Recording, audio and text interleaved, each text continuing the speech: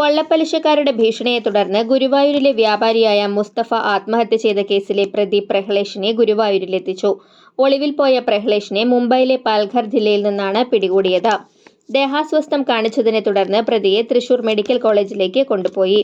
Senior CPO BL Sandesh Kumar, ASI K Shajan, K Krishnaprasad എന്നിവർ ചേർന്നാണ് മുംബൈയിൽ നിന്നും പ്രതിയെ കണ്ടെത്തിയത്. ഒരാഴ്ചയോളം നീണ്ട പരിശ്രമം കൊണ്ടാണ് പ്രതിയെ പിടികൂടാനായതെന്ന് അന്വേഷണ സംഘം പറഞ്ഞു. ഒക്ടോബർ 10-നാണ് കേസിനാസ്പദമായ സംഭവം നടന്നത്. കൊള്ളപ്പലിശക്കാരുടെ ഭീഷണിയെ തുടർന്ന് ഗുരുവായൂരിലെ വ്യാപാരിയായ മുസ്തഫ കർണംകോട്ട് ബസാറിലെ വാടക വീട്ടിൽ തൂങ്ങി മരിക്കുകയായിരുന്നു. മൃതദേഹത്തിനരികിൽ നിന്നും ആത്മഹത്യാക്കുറിപ്പും കണ്ടെത്തിയിരുന്നു. ബന്ധുക്കളുടെ പരാതിയെ തുടർന്ന് പ്രഹ്ലേഷ്, ദിവേക് എന്നിവർക്കെതിരെ കേസെടുത്തിരുന്നു. പ്രതികളുടെ വീടുകളിൽ റെയ്ഡ് നടത്തിയിരുന്നുവെങ്കിലും ഇവരെ കണ്ടെത്താനായില്ല. ഒളിവിൽ പോയ പ്രതികളെ കണ്ടെത്താനുള്ള അന്വേഷണത്തിനിടയിലാണ് പ്രഹ്ലേഷ് മുംബൈയിലുണ്ടെന്നുള്ള വിവരം ലഭിച്ചത്. ഉടനെ അന്വേഷണ സംഘം മുംബൈയിലേക്ക് പോവുകയായിരുന്നു.